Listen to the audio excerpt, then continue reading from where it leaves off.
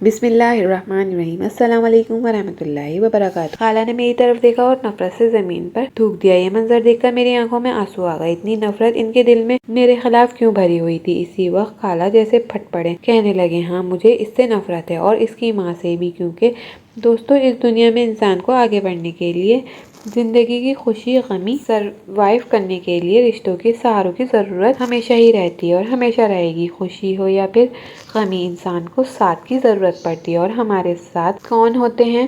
ہمارے اپنے، اور اپنوں میں سب سے زیادہ عزیز اور قریب تر ہوتے ہیں خون کے رشتے۔ بلکہ ایک کہاوت مشہور ہے کہ نہ مارے گا تو چھاؤں میں پھینکے گا، یعنی اپنا کہیں نہ کہیں آپ کا احساس ضرور کرے گا۔ لیکن جیسے جیسے وقت گزرتا جا رہا تھا، نہ جانے کیوں خون بھی سفید ہوتا جا رہا تھا۔ اب تو اپنے قریبی اور خون کے رشتوں میں بھی وہ احساس، ہمدردی، پیار اور محبت اور اپنائیت باقی ہی نہیں رہی۔ آج کی کہانی بھی کچھ ایسی ہی خونی رشتوں کے گرد گھومتی ہے۔ دوستو یہ کہانی اریبہ کی ہے۔ آئیے یہ کہانی اسی کی زبانی سنتے ہیں۔ میرا نام اریبہ ہے۔ کچھ عرصے قبل تک میں ایک ایسی زندگی گزار رہی تھی جو بہت سے لوگوں کا خواب تھی۔ میں اپنے والدین کی اکلوتی بیٹی تھی اور اکلوتے بچوں کی طرح میرے ماں باپ نے بھی مجھے ہاتھوں کا چھالا بنا کر رکھا ہوا تھا۔ ہمارا ایک کھاتا پیتا خوشحال گھرانہ تھا۔ میرے خاندان والے میری ہم عمر لڑکیوں مجھے رشک اور حسد کی نگاہوں سے دیکھا کرتی تھی، کیونکہ ان کے نزدیک بیرون ملک زندگی گزارنا شاید ایک بہت بڑا خواب تھا، اور یہ زندگی میں جی رہی تھی۔ میں اپنے ماں باپ کے ساتھ بیرون ملک میں تھی، بیرون ملک میں مقیم تھی۔ ایسا نہیں تھا کہ میں یہیں پر پیدا ہوئی تھی، یہیں پر پلی بڑھی تھی۔ میں نے پاکستان میں ہی آنکھ کھولی تھی، لیکن اس وقت میری عمر 5 سال تھی جب ہم یعنی اور میری ماں مستقل طور پر میرے والد کے ساتھ بیرون ملک رہنے کے لیے آ گئے تھے۔ اس کے بعد میں یہیں پر اپنی تعلیم حاصل کی اور یہیں پر پلی بڑھی تھی۔ میری اماں بابا بہت کم پاکستان جایا کرتے تھے۔ ابا کے زیادہ تر رشتے دار وہیں بیرون ملک میں مقیم تھے، لیکن اماں کے خاندان والے پاکستان میں مقیم تھے۔ اماں کے خاندان میں بھی ان کے ایک بہن تھی، باقی سب دور کے رشتے دار تھے۔ لیکن وہاں پاکستان میں ہمارا گھر بھی تھا، زمین بھی تھی، یعنی ہمارا تعلق کبھی بھی پاکستان سے ختم نہیں ہوا تھا۔ بہت عرصے کے بعد ایک بار نہ جانے میرے ماں باپ کے دل میں کیا خیال آیا کہ وہ چھٹیوں میں پاکستان کے لیے تیاری کرنے لگے۔ ہم سب بہت خوش تھے۔ پاکستان جائیں گے اور خوب گھومیں گے پھریں گے، چھٹیاں گزاریں گے اور پھر واپس آ جائیں گے۔ لیکن میں اس وقت اس بات سے بے خبر تھی کہ یہ سفر میری زندگی بدل دینے والا ہے۔ ہم سب نے خوشی خوشی فلائٹ لی، پاکستان جا پہنچے، وہاں ایک رات ہوٹل میں اسٹے کیا۔ اس کے بعد ہم نے اپنے گھر کا رخ کیا۔ اماں نے پہلے ہی دن کچھ عورتیں بلوایا، گھر کی صفائی ستھرائی کروائی۔ یہ گھر بھی بہت بڑا اور شاندار تھا، خوبصورت تھا۔ مجھے واقعی یہاں آ کر اچھا محسوس ہو رہا تھا۔ سب سے زیادہ اچھی بات یہ تھی کہ ملنے جلنے والے بہت سے لوگ آ رہے تھے۔ اماں تو کہہ رہی تھی کہ یہ دور کے رشتے دار ہیں، لیکن لوگ بڑے شوق اور اشتیاق سے ملنے کے لیے آ رہے تھے، اور اماں ابا ہر آنے والے کو تحفے تحائف دے کر بھیجتے۔ میں خالہ اور ان کے بچوں سے ملنے کے لیے بڑی بےتاب تھی، لیکن وہ دوسرے شہر میں مقیم تھی۔ جس دن ہم یہاں آئے اسی دن خالہ نے اماں کو اپنے گھر کھانے پر بلایا تھا، لیکن ملنے جلنے والوں کا اتنا رش لگا ہوا تھا کہ ہم فوراً تو نہ جا سکے۔ لیکن 3-4 دن بعد میرے ابا نے گاڑی لی اور ہم نے خالہ کے گھر کا رخ کیا۔ میری اماں خالہ کے لیے ڈھیروں تحائف لے کر آئیں، اور خالہ کے بچوں کے لیے بھی۔ ہم نے ان کے گھر پہنچے تو خالہ نے بڑے خوش دلی سے ہمارا استقبال کیا۔ ان کے بچے بھی اشتیاق نگاہوں سے ہمیں دیکھ رہے تھے۔ جب اماں نے سب کو ان کے تحفے دیے تو وہ بہت خوش نظر آ رہے تھے۔ خالہ نے کھانے پر خوب اہتمام کیا تھا، میز بھری ہوئی تھی مختلف انواع اقسام کے کھانوں سے۔ ہم نے خوب پیٹ بھر کر کھانا کھایا۔ رات ہم خالہ کے گھر پر ہی رکے۔ اگلے دن ناشتے کے بعد ہماری واپسی تھی۔ حالانکہ خالہ بہت اصرار کر رہی تھی کہ ہم ان کے گھر پر رکے، لیکن ابا کے بھی کچھ پرانے دوستوں نے انہیں کھانے پر بلایا رکھا تھا، اس لیے ہمارا واپس جانا ضروری تھا۔ ہم خوشی خوشی واپسی کے سفر پر چل نکلے، مگر ہم زندہ سلامت گھر واپس نہ آ سکے۔ راستے میں ایک بہت برا اور خوفناک ایکسیڈنٹ ہوا۔ ہماری گاڑی تقریباً پچک چکی تھی۔ گاڑی کے دروازے کاٹ کر میرے ماں باپ کو باہر نکالا گیا۔ اس وقت تو لوگ اسے معجزہ کہہ رہے تھے، کوئی خوش قسمتی کہہ رہا تھا، مگر میرے لیے تو یہ بدقسمتی تھی کہ میرے ماں باپ یہ دنیا چھوڑ چکے تھے اور میں زندہ تھی۔ میں زندہ کیوں تھی؟ میں تو اس وقت یہ سوچ رہی تھی کہ میں مر جاتی، اب میں اپنے ماں باپ کے بنا کیسے زندگی گزاروں گی۔ میرے لیے یہ حقیقت کسی خوفناک خواب جیسی تھی۔ میں چاہتی تھی کہ کاش یہ واقعہ خواب میں ہی میں میری آنکھ کھلے اور یہ سب حقیقت نہ نکلے، لیکن ایسا نہیں تھا۔ میں آنکھیں پھاڑے دیکھ رہی تھی۔ ایمبولینس نے میرے ماں باپ کے وجود کو اٹھایا اور پھر سے ہم اپنے گھر کی طرف روانہ ہو گئے، لیکن یہ تو وہ سفر نہیں تھا جو ہم کر رہے تھے۔ میرے ماں باپ سفید چادروں میں لپٹے ہوئے تھے اور میں زرد چہرے کے ساتھ یہ منظر دیکھ رہی تھی۔ پل بھر میں ہمارے گھر کا صحن بھر چکا تھا۔ محلے دار، رشتے دار اور دوسرے شہر سے خالہ بھی آ گئی۔ سبھی اچانک موت پر شش رہ گئے۔ اگلے دن صبح سویرے میرے ماں باپ کو سپرد خاک کر دیا گیا۔ چند گھنٹے میں اپنے ماں باپ کو ساکت وجود پلک جھپکائے بغیر دیکھتی رہی، کیونکہ میں جانتی تھی کبھی کچھ دیر بعد یہ منو مٹی تلے چلے جائیں گے اور پھر مجھے کبھی نظر نہیں آئیں گے۔ وہ چند گھنٹے میں نے اور کچھ نہیں سوچا، یعنی صرف ان کے چہرے پر نظر جما کر رکھی، لیکن جیسے ہی کلمہ شہادت کی صدا بلند ہوئی اور میرے ماں باپ کے وجود کو چار کاندھوں پر اٹھا لیا گیا اور قبرستان کی طرف لے کر روانہ ہو گئے، اس کے بعد سب سے پہلے جو سوچ میرے ذہنوں میں آئی وہ یہ تھی کہ میں اب کیا کروں گی۔ میری عمر اس وقت صرف 13 سال تھی۔ میں خود کوئی فیصلہ بھی نہیں کر سکتی تھی۔ تمام رشتے دار ایک ایک کر کے روانہ ہو گئے۔ اب گھر میں صرف خالہ تھی اور ان کے بچے تھے۔ خالہ کے ساتھ ان کی 2 بیٹیاں بھی تھیں۔ خالہ کا بڑا بیٹا سعودی عرب میں مقیم تھا۔ تیسرے دن خالہ نے مجھے اپنے ساتھ لیا اور ہم خالہ کے گھر روانہ ہوئے۔ میں بس آنکھیں پھاڑے صورتحال کو سمجھنے کی کوشش کر رہی تھی۔ میرے ماں باپ جا چکے تھے۔ میں بیرون ملک سے واپس آئی تھی۔ میری تعلیم کا سلسلہ وہاں چل رہا تھا اور اب میں خالہ کے گھر پر اجنبیوں کی طرح آنکھیں پھاڑے بس ان کے چہروں کی طرف دیکھ رہی تھی۔